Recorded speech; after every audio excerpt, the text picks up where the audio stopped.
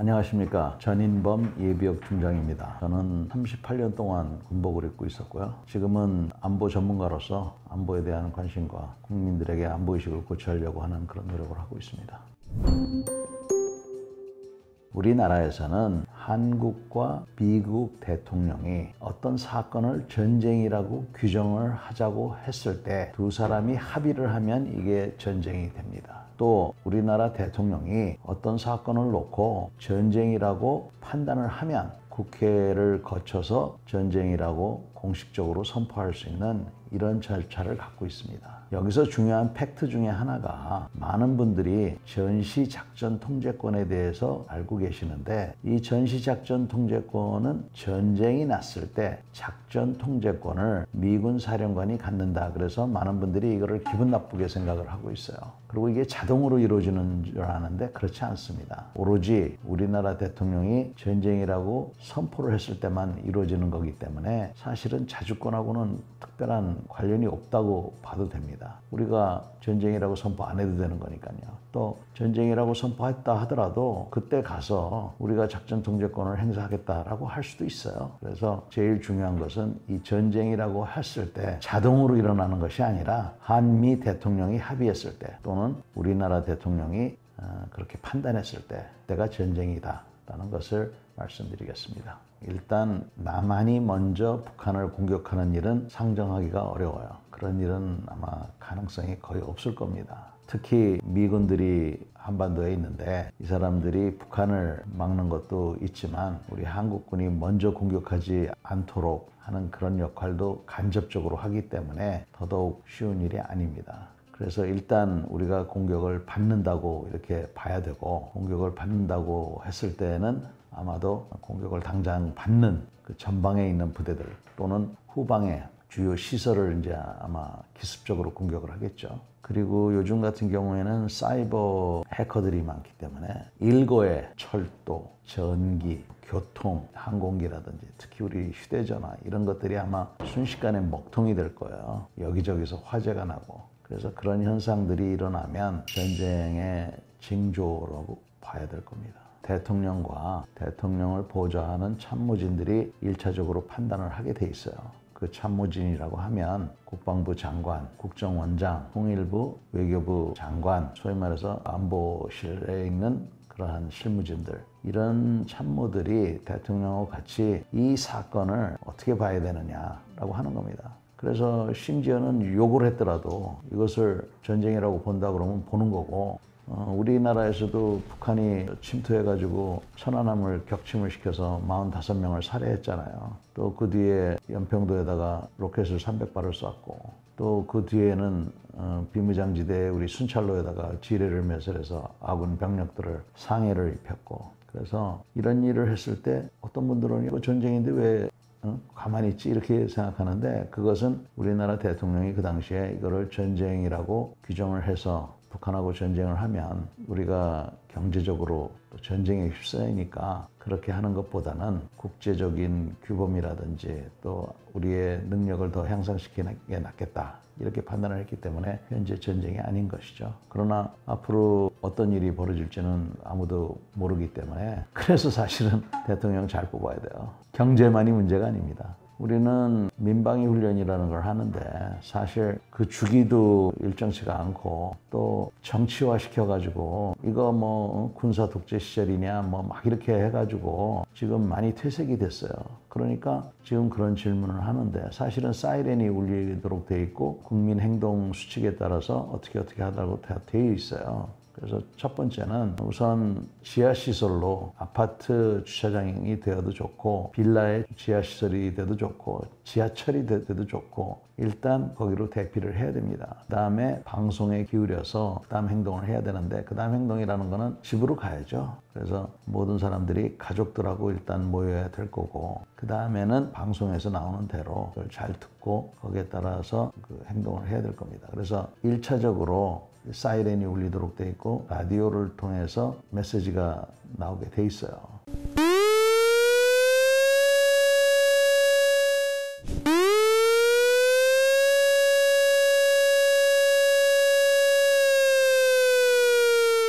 그 메시지에 귀를 잘 기울이고 통제에 잘 따라야 됩니다. 국가 비상사태 아니면 사이렌을 울리면 안 됩니다. 그래서 우리가 요즘도 그 안전 관련된 그 메시지들이 전화기에 뜰 때 어떤 때는 너무 많이 떠서 이제 문제가 되는데 그러게 나오는 소리가 이제 높은 피치로 이렇게 나잖아요. 그래서 그런 소리에 대해서도 좀 듣기 싫고 하지만 우리가 이제 그런 안전에 관련된 거 이런 걸 들어둬야 될 것이고 그 외에도 이제 뭐 산불이 났다든지 이럴 때 이제 그런 것들이 나오죠. 그렇게 해서 국민들이 알게 돼 있는데 사실은 제일 먼저 먹통이 되는 게 전화기일 거예요.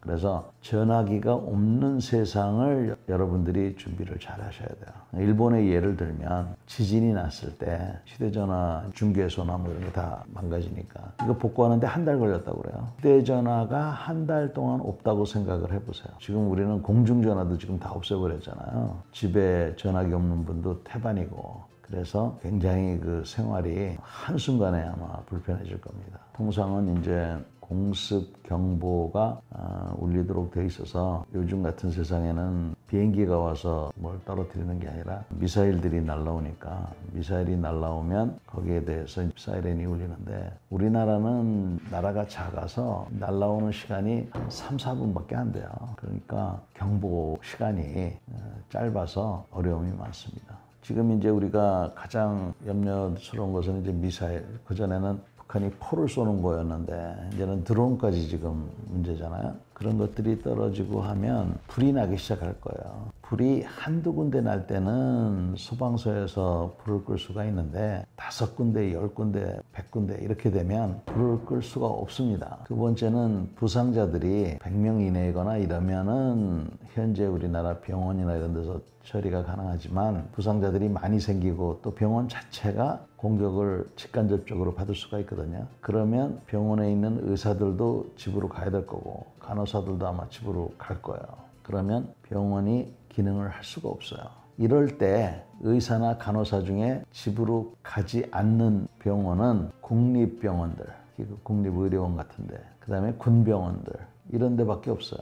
그래서 우리가 평소에 돈이 별로 안 되더라도 이런 병원들을 유지하는 거예요. 그래서 이 모든 게 어떻게 보면 그러니까 전쟁이 안 날 거라고 생각하시는 분들은 그런 병원을 왜 유지하느냐, 이런 돈을 왜 쓰느냐 하지만 이 전쟁이 날 확률이 뭐 1%라도 있다고 생각한다면 이런 거를 유지하는 게 중요한 거죠. 쏘는 것도 소리도 크지만 날라와서 맞을 때 소리도 꽤 커요. 찢어지는 소리 같은 게 나요. 근데 이제 이 소리도 소리인데 압력이 사람 몸에 닿게 되고 파편이 닿게 되는데 사람이 다치거나 죽는 이유는 큰 파편이 몸에 부상을 입히는 경우도 있지만 이 폭압이라는 것도 이건 무시 못해요. 쉽게 말하면 소리인데 큰 소리가 나면 뇌가 찡해지면서 사실은 뇌가 피가 난다든지 하면 그런 게 뇌출혈이야. 그래서 사람들이 큰 부상을 입고 죽게 됩니다.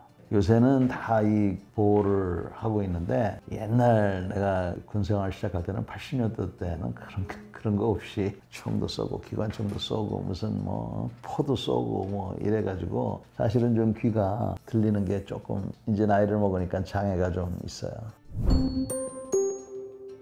여러분들한테도 뭐 이런 얘기를 하지만 제 자신은 지나칠 정도로 준비를 해놨습니다.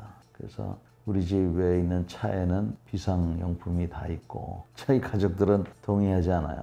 그 무거운 거를 왜 차에 싣고 다니느냐, 기름값만 나간다 이런 얘기도 하고 저는 일단 집으로 집결을 해서 서울 지역을 강남으로 이동을 하라고 얘기를 해놨어요.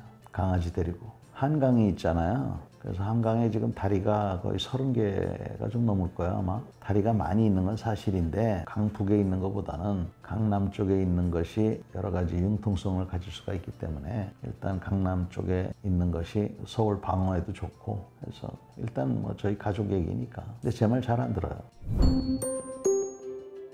전국을 다 노릴 겁니다. 우리한테 중요한 시설들이 있어요. 그러니까 우리 지휘본부들, 통신 이런 데 때리는 거는 뭐 상식이니까 이런 지휘본부나 통신 이런 시설들이 전국에 있거든요. 그거 아마 다 1차 목표가 될 거고 그다음에 걔네들이 싫어하는 비행장 같은데 이런 데가 또 목표가 되겠죠. 그다음에 군 시설들 뭐 이런 것들. 그래서 우리가 미사일이 많이 필요한 거예요. 그래서 우리가 얼마 전에 사드 때문에 뭐 갑론을박이 많았어요. 그게 필요하냐 안 필요하냐 뭐 그게 뭐 있다고 그래서 뭐 도움이 되느냐 안 되느냐. 없는 것보단 낫고 그다음에 필요한 거는 확실히 필요합니다. 서울이 됐던 평양이 됐던 대도시는 전투하기가 그렇게 좋은 곳이 아니에요. 왜냐하면 지금은 사람들이 살고 있는 공간이지만 전투가 벌어지면 모든 건물은 하나의 숨는 곳이 돼요. 그래서 모든 건물에 방어하는 사람은 방어를 하려고 숨을 거고 사람들이 숨어 있으니까 공격하는 사람은 그 건물마다 다 들어가서 방어하는 사람들을 다 죽여야 돼요. 그러다 보면 건물들이 폐허가 될 수밖에 없고 방자 입장에서는 힘들겠지만 공격하는 사람 입장에서는 건물을 하나하나 하다 보면 특히 서울같이 큰 데는 부대를 엄청나게 투입을 해야 돼요. 북한도 아마 그거 하기 힘들 거예요. 그래서 도시들, 우리가 도시작전이라고 하는데 이런 도시작전을 하는 제일 좋은 방법은 서울 같은 데 폭격을 한다든지 폭탄을 떨어뜨려 가지고 도시로서의 기능을 마비시키는 거예요.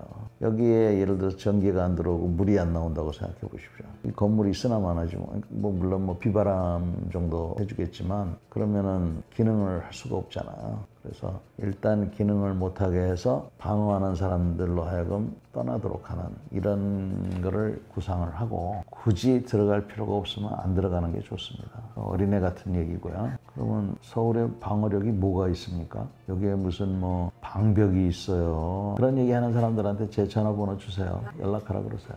저도 궁금하니까 무슨 근거로 그런 얘기하는 건지. 옛날 말로 하면 토치카라고 하는데 빵카들 같은 게 있어가지고 거기서 뭐 기관총을 쏘고 뭐 그런 게 있어요. 없잖아요. 그래서 그렇게 얘기하는 사람들은 어디서 만화책을 보고 아마 그렇게 얘기하는 것 같은데 제가 왜 이렇게 표현을 하냐 하면 굉장히 위험한 생각이에요. 잘 알지도 못하면서 그런 식으로 하면 예를 들어서 서울이 난공불락이다. 공격에 절대로 영향을 받지 않는 곳이다. 그러면 서울 방어에 신경을 안 쓸 거 아닙니까? 저는 그래서 걱정이 되는 거예요. 우리가 시험을 보려면 공부를 해야 되고 근데 예를 들어서 뭐 그 시험이 언제 있을지 모른다 그래서 왜 우리 벼락치기 하잖아요. 시험 공부야 뭐 그렇게 한다. 벼락치기 하면은 기본은 할지 모르지만 1등을 못 하듯이 공부도 꾸준히 해야 되는데 이 전쟁 준비도 전쟁을 하기 위해서 하는 게 아니라 전쟁을 하지 않기 위해서 하는 거예요. 그러면 이런 엉뚱한 그런 얘기들을 하면 오히려 이런 준비를 갖다가 안 하는 쪽으로 하기 때문에 굉장히 위험한 사고방식입니다. 대한민국의 안전한 곳은 도시지역은 모두가 타겟이에요. 북한은 핵무기보다 더 무서운 게 있어요. 북한은 기습 공격을 할 수 있는 그러한 위치에 있습니다. 그리고 먼저 공격할 수 있는 그런 입장에 있고 물론 북한이 갑자기 공격은 못해요. 조건이 맞아야 돼요. 첫째는 미국이 한국에서 철수를 한다든지 아니면 한미동맹이 완전히 그냥 와해가 돼서 미국이 더 이상 한국을 보호하지 않겠다. 또는 한국이 미국은 필요 없다라고 얘기하는 그런 상황입니다. 또는 북한 내부에 어떤 일이 생겨서 자기네 내부 일을 해결하기 위해서 외부로 전쟁을 걸어오는 경우 이런 그런 여건이 돼야 돼요. 그래서 이제 북한이 전쟁이라는 수단을 선택하게 되면 그러면 걔네들이 기습 공격을 할 거라고요. 기습 공격의 수단으로서 땅굴이 있어요. 그 다음에 사이버 능력이 있고 전 세계에서 북한의 사이버 능력이 5위 안에 든다고 해도 과언이 아니에요. 사이버 강대국이라는 표현을 씁니다. 그래서 북한이 그런 수단들을 가지고 기습적인 공격을 하면 아무리 등치가 큰 사람이라 하더라도 작은 여자가 갑자기 급소를 때리면 그 거인 같은 사람도 움찔할 수밖에 없어요. 그러면 우리 한국군이 움찔할 수밖에 없다고요. 그때 회복을 해야 되는데 그 회복을 할 때 가장 중요한 거는 통신이에요. 그런데 우리나라 통신이 제가 원하는 수준에 못 미쳐요. 그렇기 때문에 2시간 정도면 회복을 해야 되는데 이게 2시간이 아니라 이틀, 2주 이렇게 걸릴 수도 있어요. 만약에 2주가 걸린다 그러면 서울 못 지켜요. 그래서 제가 계속 통신을 강조하는 이유가 이 회복력 때문에 그렇습니다. 우리가 첫 방을 맞을 수밖에 없는데 그 첫 방을 맞고 나서 회복하기 위해서는 통신이 돼야 된다. 완벽한 통신. 완벽한 통신이 되기 위해서는 이만큼 필요하다 그러면 이만큼을 준비해야 되거든요. 근데 지금은 이만큼 필요한데 이만큼 갖고 있다고 저는 생각을 해요. 그렇기 때문에 이거를 빨리 보충을 해야 된다라고 제가 얘기하는 겁니다. 그래서 초기에 북한이 그런 식으로 공격을 하고 기습 공격을 해올 거기 때문에 우리가 정신을 바싹 차리고 있어야 됩니다. 이 전쟁 기간이 길어지면 길어질수록 우리한테 유리합니다. 왜냐하면 우리가 인구도 북한보다 많고 그 다음에 돈도 많아요. 그리고 미국이란 나라가 있고 전쟁이 길면 길수록 유리한데 그래서 북한이 한 달 내지 석 달 만에 한반도 전체를 석권하겠다 이런 목표를 갖고 있는 거거든요. 그래서 전쟁이 길어지면 좋은데 전쟁을 당하는 입장에서는 길면 안 좋잖아요. 그래서 이게 좀 서로 반대되는 그런 얘기인데 이런 아주 복잡한 문제가 있습니다. 어떤 분들은 전쟁이 나겠냐 이렇게 안일하게 생각하고 어떤 분들은 북한 저거 아무것도 아니야 이렇게 생각하는데 저는 둘 다 틀리다고 생각해요. 또 둘 다 맞을 수도 있어요. 그렇지만 우리가 장담을 할 수가 없기 때문에 항상 준비를 해야 된다. 준비라는 거는 정신적으로 우리가 왜 이 나라를 지켜야 되는가. 이 나라를 지키기 위해서 내 부모 형제를 지키기 위해서 우리가 세금을 내듯이 군복무도 해야 되고 이 군복무하는 사람들에 대한 고마움 이런 게 정신력이거든요. 그런 게 있어야 되고 그다음에 장비가 괜찮아야 돼. 우리는 고급 장비는 최고 수준인데 기본 장비가 부족한 게 많아요. 군대에 갔다 온 분들한테 물어보세요. 그 다음에 훈련을 반복적으로 해야 되는데 그거를 등한시하는 거예요. 그리고 장비를 다시 잠깐 돌아가자면 탄약도 우리가 필요한 만큼 없어요. 이런 부분들을 관심을 가져야 되는데 요즘은 특히 사기가 말이 아닙니다. 지금 직원들이 자기가 하는 일에 대해서 행복하지 않고 보람을 느끼지 않는다 그러면 그 회사가 성할 수 있겠어요? 그래서 위기라는 겁니다. 그래서 자꾸 우리나라 국민들은 먹고 사는 문제 물론 중요하죠.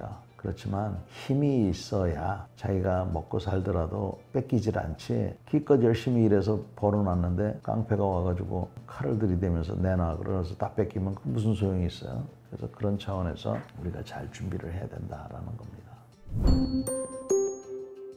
많은 우리나라 국민들은 대한민국이 바다에서 특히 서해 바다에서 북한하고 싸워서 하여튼 뭐 이기거나 지지는 않았어요. 하늘에서는 뭐 말할 것도 없고 그래서 압도적이라고 이렇게 보고 있고 자신감을 많이 갖고 있는 것 같습니다. 근데 전쟁이라는 거는 땅과 하늘과 바다에서 다 이렇게 이루어지는 거기 때문에 그것만 갖고는 안 된다. 특히 제가 좀 염려스러운 거는 대한민국이 세계 군사력 5위라고 얘기하는 거예요. 그 5위라고 얘기하는 게 그러면 미국, 중국, 러시아, 인도 다음에 우리라는 거거든요. 듣기는 좋은 얘기인데 그걸 믿고 아까 얘기한 것과 똑같아요. 자기는 학교에서 과목이 예를 들어서 10개 과목이 있는데 그걸 평균을 내니까 5위다 라고 할지는 모르지만 예를 들어서 그 점수의 90%가 체육 점수다. 근데 갑자기 시험 볼 때는 체육 점수가 90점이 아니라 10점밖에 안 되고 국어 10점, 영어 10점 뭐 이런 식으로 나오면 그 사람이 5등 안에 들 수 있겠어요? 그렇듯이 이 5위라고 하는 그 근거 자체가 굉장히 왜곡돼 있어요. 근데 어느 순간부터 이게 우리 사회에 만연이 돼 있어서 우리네 정치 지도자들조차도 대한민국이 군사력 세계 5위라고 이렇게 얘기를 하는 거예요. 대단히 위험한 생각입니다. 제가 제 입으로 우리가 5위다, 뭐 15위다, 50위다 이런 얘기는 못 하겠고 그 누구도 뭐 할 수가 없어요. 그렇지만 5위라고 해서 안심하고 그 안심이 방심이 되는 이런 것만은 절대로 막아야 된다. 그래서 우리가 우리나라를 지키기 위해서는 군에 더 투자를 해야 되고 군의 사기와 군기를 지금 좀 신경을 많이 써야 돼요.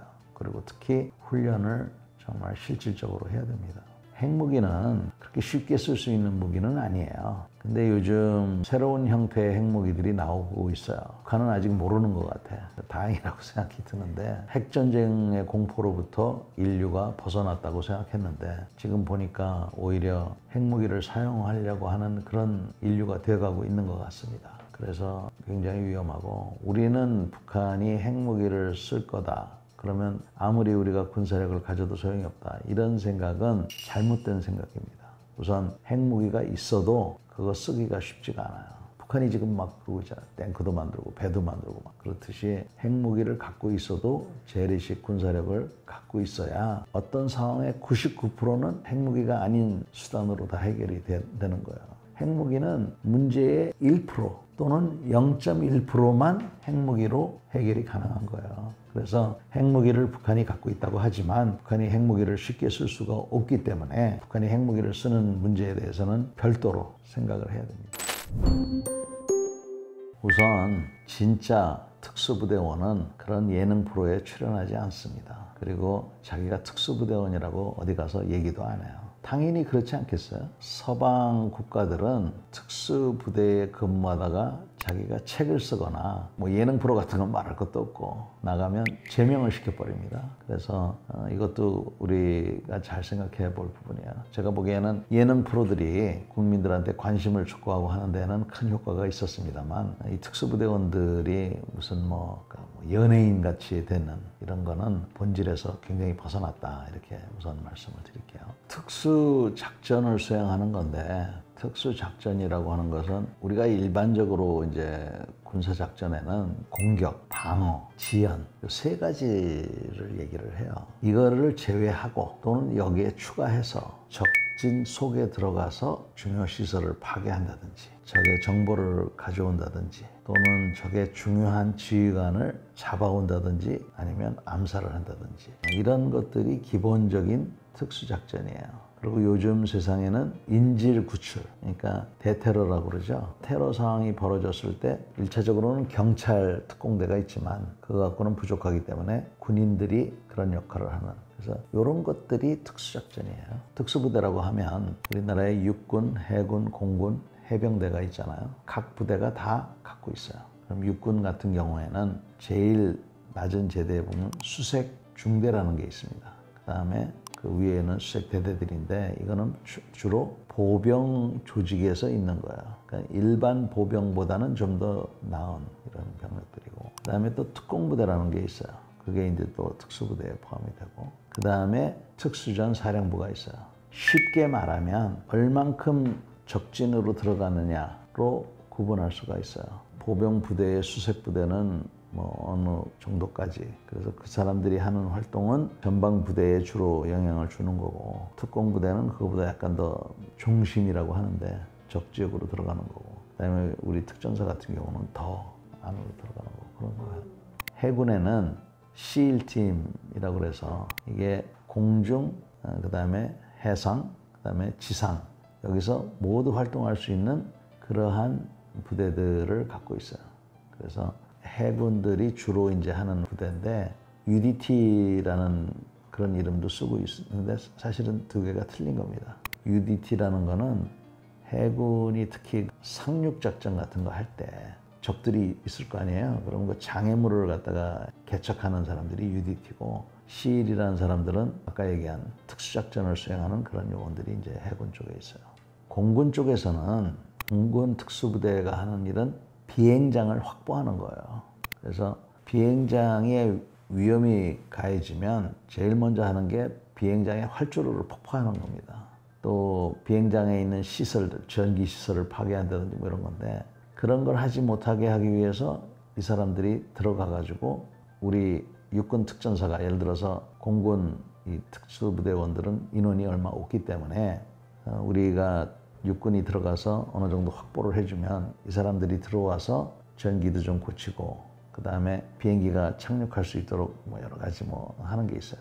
그런 거를 할 수 있는 사람들인데, 이 사람들은 그냥 그런 기술자들이 아니라 특수 훈련을 받아서 낙하산도 타고 내려오고 뭐 총도 쏠 줄 알고 그런 걸 하는 사람들이에요. 그 다음에 해병대에도 수색 부대들이 있어요. 그래서 이런 것들이 그 특수부대입니다. 그 외에도 여러분들이 가끔 들어본 정보사의 부대들이 있어요. 이런 것들이 특수부대고 특수작전을 하는 부대원들입니다.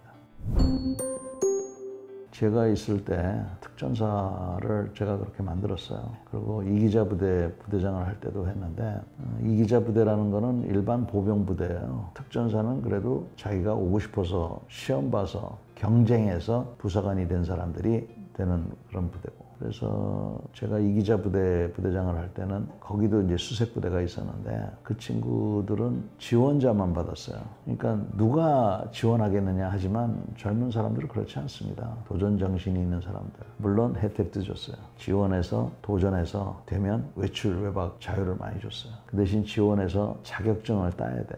제일 힘든 게 3일 동안 잠을 안 재웠어요. 그래서 처음에는 80%가 나고 하고 막 그랬지만 나중에는 어떻게 해서든지 하여튼 됐고, 그러니까 일반 그냥 들어온 사람들인데도 그렇게 됐고, 그 친구들이 그렇게 하니까 그보다 먼저 들어와 있던 선임병들이 자발적으로 참여하겠다고 그러더라고요. 그래서 그때 일반 보병 부대였는데 6개월이 지나니까 그 부대에 가면 군가를 부르거나 구령 하나 둘 셋 이렇게 하면 진짜 산천이 울릴 정도였어요. 특전 사령관 할 때는 400km를 6박 7일 만에 걷도록 했어요. 400km를 6박 7일 만에 걸으려면 하루에 20시간을 걸어야 돼요. 아침, 점심, 저녁 밥 먹는 시간 3시간하고 1시간 휴식 시간이 있는데 너무 힘드니까 중간에 밥은 안 먹고 잠을 잔다든지 뭐 하여튼 그렇게 하는데 처음에 여기도 마찬가지 80%가 낙오를 했어요. 그러면 낙오하면 수고했다. 일반 부대로 가라. 아니면 한 번 더 기회를 주겠다 그러면 10중 8구 한 번 더 하겠다고 그래요. 그렇게 해서 나중에는 90%, 95%가 합격을 했는데 그때 400km면 천리예요, 천리. 천리를 6박 7일 만에 걸으니까 너무 힘드니까 뭐 진통제도 먹고 뭐 하여튼 그 훈련 시킬 때 저도 불안불안했어요. 특히 여름에는 그런 식으로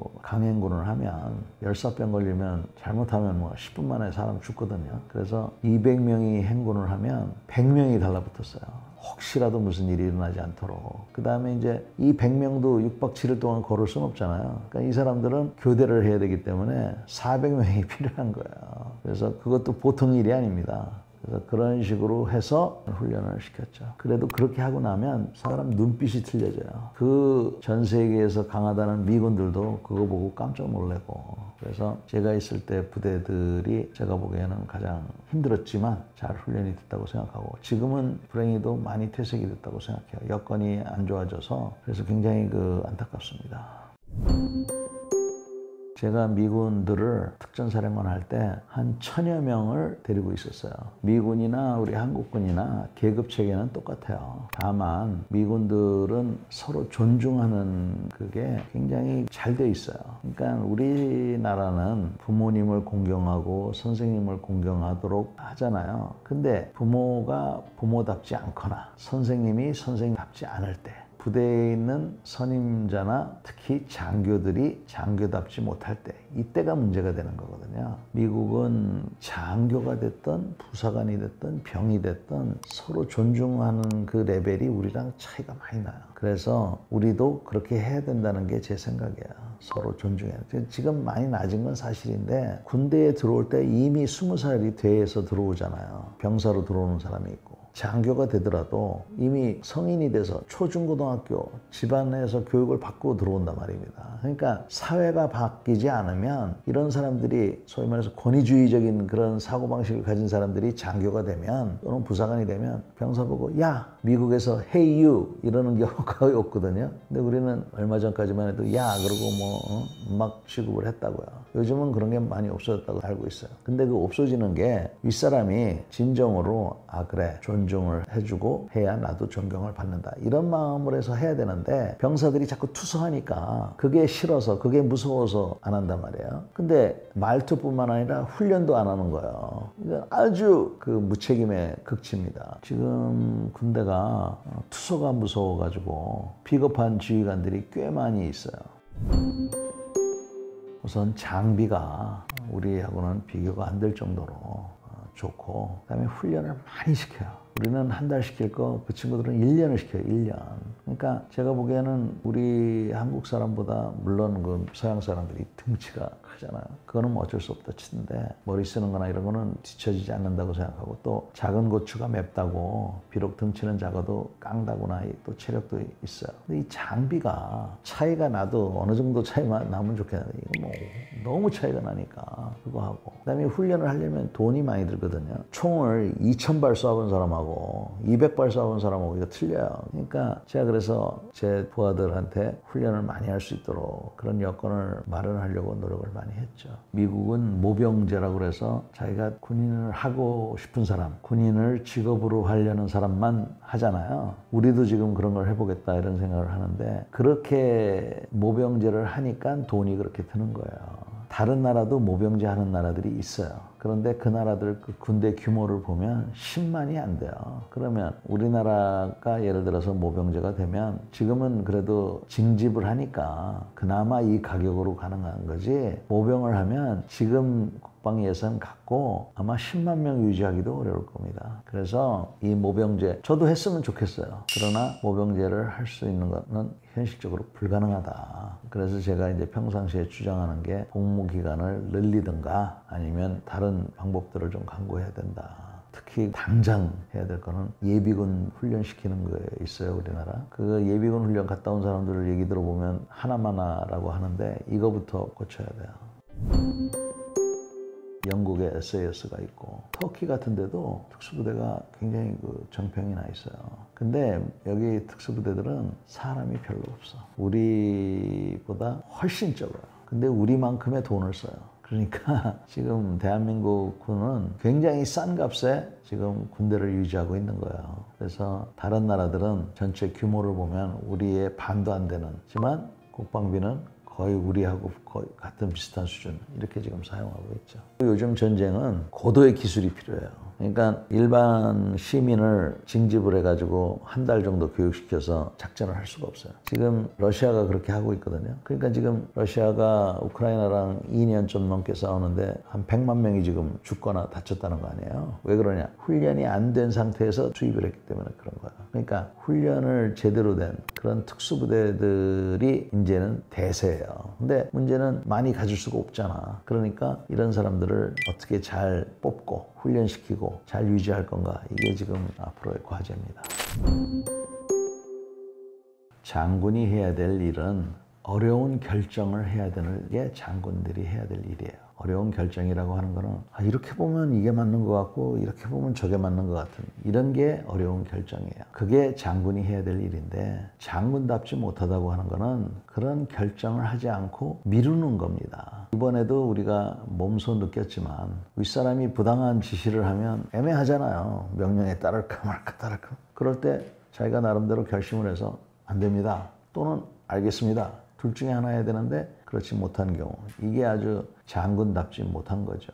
그래서 전쟁이 됐든 평시가 됐든 많은 이슈들이 있습니다. 특히 이제 지휘관을 하다 보면 부하들을 많이 데리고 있거든요. A라는 사람이 B라는 사람을 때렸다. 그러면 A는 감옥 가야 되고 B는 병원을 가야 되죠. 그런데 자초지종을 보면 B가 계속 A를 갖다가 놀려댔다. 그래서 A가 나름대로 참다가 그날 어쩌다 화를 냈는데 그게 이렇게 됐다. 애매하잖아요. 법에는 분명히 감옥 가야 되고 이건 병원 가야 되는데 그럴 때 어떻게 해야 되느냐. 그때 결심을 해줘야 되거든요. 근데 이 결심을 안 하고 예를 들면 내가 이거를 갖다가 남들 보기에 일벌백계 안 하면 안 되지. 그래가지고 감옥에 보내고 병원에 보냈다. 이게 정의가 살아난 건가요? 저 같은 경우에는 이런 일들이 있을 때 제가 항상 그런 생각을 했어요. 이 A가 내 아들이라 그러면, 딸이라 그러면 내가 이런 판단을 할까? 그러면 제 아들이나 제 딸한테 똑같이 너는 감옥 가. 비록 내 자식이지만. 그러면 제가 감옥을 보냈어요. 그런 기준을 분명히 세우는 게 중요하고, 우리나라의 장군들이 지금 욕을 많이 먹고 있어요.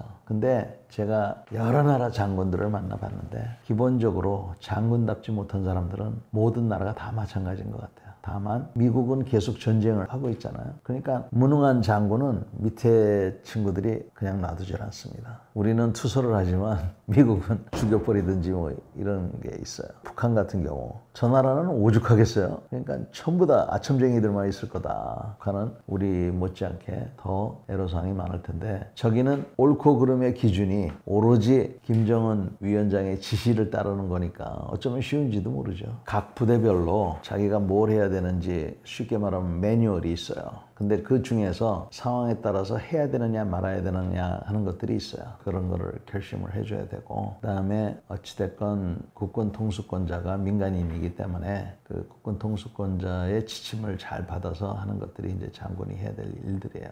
근데 평상시에 이런 준비를 잘 하고 있어야지 자기 진급하고 뭐 이러는 거예요. 그런 생각이나 하고 있거나 뭐 주식이나 관심이 있거나 이러면 골프에 관심이 있고 안 됩니다, 그거. 우선 저는 한국 영화를 잘 안 봐요. 사실감이 떨어지기 때문에. 근데 내가 유일하게 노량이라는 영화를 보면서 거기에 이순신 장군을 묘사하는 걸 보면 장군, 지휘관이 아주 긴박한 12척의 배로 300척을 이기는, 이거는 계산이 안 되는 거거든요. 그거를 어떻게 하느냐. 노량이라는 영화에 그게 들어가 있어요. 살짝 얘기하면 보스는, 리더는 가장 위험한데 거기에 가 있어야 돼요. 근데 대부분은 그렇게 안 해요. 대부분은 어디에 가 있냐면 전체를 볼 수 있는 데가 있어요. 그거는 적하고 아군하고 삐까삐까 할 때는 그렇게 하면 돼요. 그런데 노래항에서 나오는 것처럼 나는 12척밖에 없고 적은 300척 있다. 그런 상황이라 그러면 이건 지는 거거든요, 이거는. 그런데 이순신 장군은 이겼잖아. 이게 바로 리더십의 최고야. 그 다음에 뭐 여러 영화들 90%는 제가 보다가 그냥 꺼버리는 경우가 대부분인데, 우리나라 영화 중에 일본하고 우리 한국이 독도 문제를 가지고 전쟁하러 가는 장면이 있어요. 그랬더니 미군이 내가 작전 통제권을 갖고 있는데 왜 내 허락 없이 갔느냐고 소리 지르는 장면이죠. 말도 안 되는 장면이에요. 그 영화 어디에도 우리나라 대통령이 전쟁이라고 선포를 안 했기 때문에 미군이 전시작전 통제권을 가질 수가 없거든요. 근데 어떻게 자기가 소리를 질러.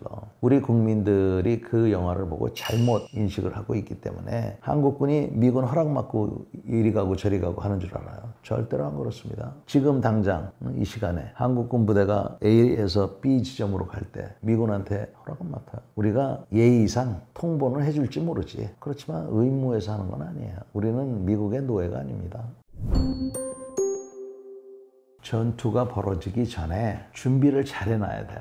이기기 위해서 예를 들어서 100이 필요하다 그러면 전투가 벌어지기 전에 6 내지 7은 이겨놓고 해야 돼요.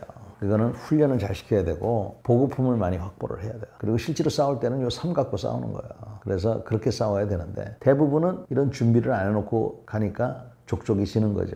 전투가 벌어졌을 때는 자기가 생각했던 대로 안 되거든요. 안 됐을 때 최고 어른이니까. 그래서 우리가 전투의 승패를 책임지는 것이 지휘관이라고 그래요. 그래서 비록 자기는 겁이 나고 좀 두렵지만 겉으로는 의연한 척 해야지.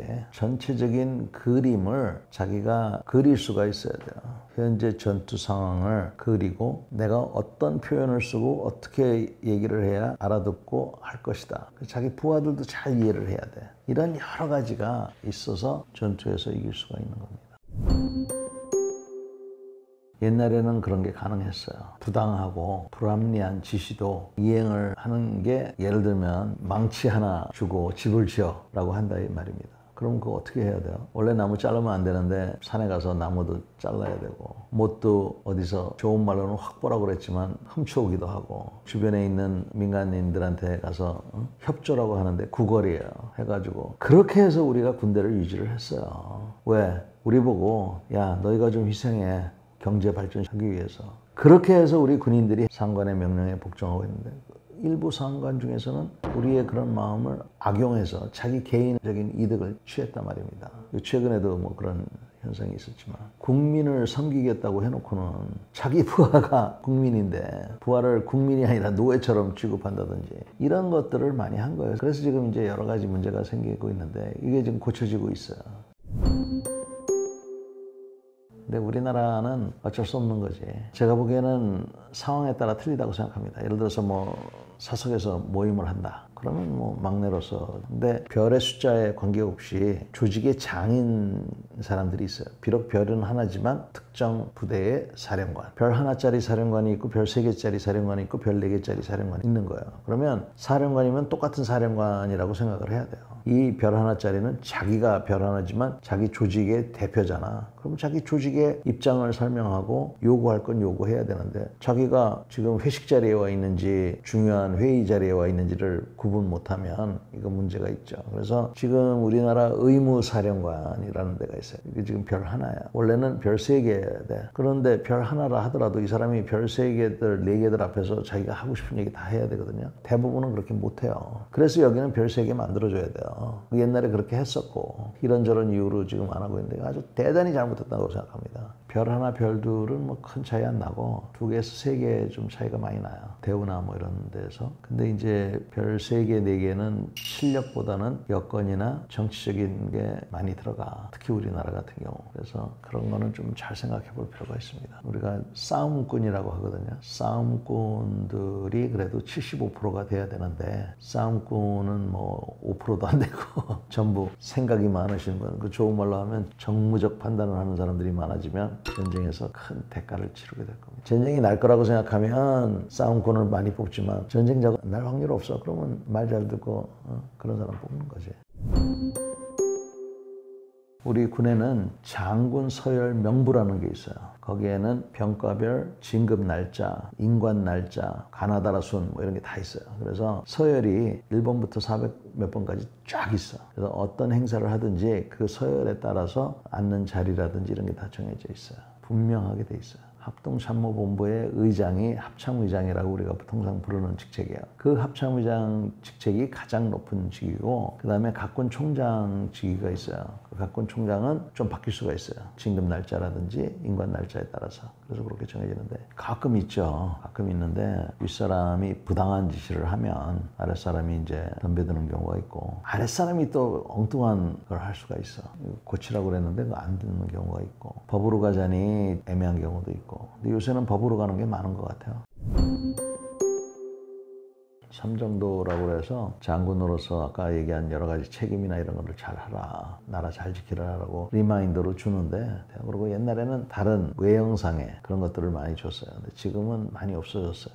이게 좋은 점도 있고 나쁜 점도 있는데 좋은 점은 그렇게 외형적인 그런 걸 갖춤으로 해서 책임을 더 느끼라고 한 거였는데 이 사람들은 책임을 느끼기는커녕 오히려 그런 거를 그냥 혜택으로만 보는 그런 걸로 인해서 많이 없어졌는데 이거 다시 좀 부활할 필요가 있지 않나 하는 생각이 듭니다. 우선 봉급은 많이 안 늘어났어요. 대령에서 장군이 돼도 그 봉급 차이가 20만 원이 안 됩니다. 그러니까 민간인들이 보기에는 최소한 100만 원 차이는 나지 않겠냐. 100만 원은커녕 20만 원 차이도 안 나요. 그 외에 무슨 뭐 빠클이 틀려진다든지 신발 모양이 틀려진다든지 그런 것들이 많았는데 그런 것들도 다 많이 없어졌어요. 이제 사실 요새 장군들은 별 하나 단다는 거 빼고는 특별히 그렇게 뭐 자부심을 느낄 만한 게 있다고 보기가 좀 어려울 것 같아요. 그래서 관사라고 그래요. 그래서 원래는 옛날에는 집들이 없었으니까 이제 좋고 했는데 요새는 관사를 받으면 우선 관사가 오래됐어. 오래됐고 거기에 대한 관리비를 본인이 내야 돼요. 그럼 오래된 집은 여름에는 덥고 겨울에는 춥잖아요. 거기에 따라서 에어컨을 켜야 되고 난방을 유지해야 되는데 집이 또 커. 왜 크냐면 옛날에는 집에서 밖에 식당이 없고 보안도 있고 그 다음에 비싸니까 자기 집에서 부하들을 데려다 놓고 회식을 많이 했어요.